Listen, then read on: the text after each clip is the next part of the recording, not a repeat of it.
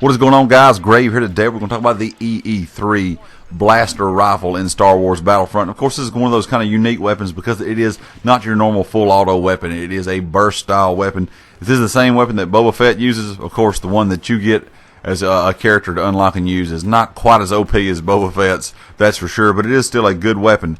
You're looking at a max damage of 21 on the weapon and a minimum damage of 12. It does not sound like it's really that great, and that's not huge damage, but it is good because you're looking at a 21 damage that only goes out to 10 meters. But if you're out at 30 meters, you're still able to deal 17 damage, and even at 43 meters, you're still able to deal 15 damage, which is not awful, not great, but it doesn't really just drop off just drastically like some of the weapons do.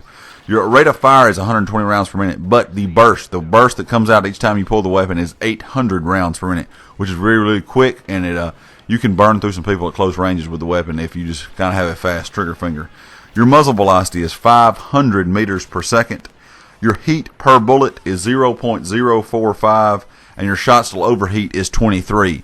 It does not sound like a weapon, you think 23 bullets, that's not bad, but you are firing a weapon that is a burst fire weapon. You can start spamming that trigger and you can overheat the weapon pretty quickly, so definitely be cautious of that. You'll see here in the video shortly I'm going to overheat mine and kind of get out of a bad situation, very luckily, but it was lucky, that was it, because if you get that overheat penalty, you're looking at 2.72 seconds on the overheat penalty. That's a long, long time, guys. Like I always say, it's a long time to have to wait to shoot your weapon again. Your recoil is 0.1 up, 0.1 left, and 0.1 right.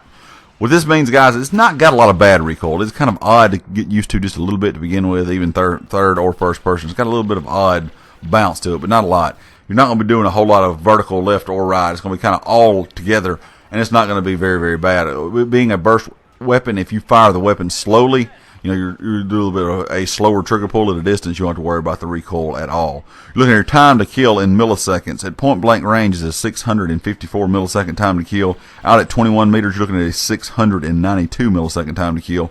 And at 30 meters, you're looking at a 710 millisecond time to kill. Where the weapon kind of does a little something odd is after 35 meters, or at 35 meters or higher, you're looking at a time to kill in milliseconds that jumps up all the way to over 1200. So I would definitely recommend this as a gun at 35 meters or closer. Even though it does do some decent damage out at range, that time to kill in milliseconds is definitely drops off, or not in your favor pretty quickly. You're going to look at bullets to kill. 0 to 15 meters, you're looking around a 5 bullet kill. 16 to 34 meters is a 6 bullet kill. 35 to 47 meters is a 7 bullet kill. And you'll go all the way up to 8 and 9 bullet kills after 35 meters, and those tear up pretty quickly. Excuse me, guys, after 47 meters, sorry. The thing is, you get a 7 bullet kill from 35 meters to 47 meters, but at the same time, like I said, it's time to kill in milliseconds is pushed up pretty high there also.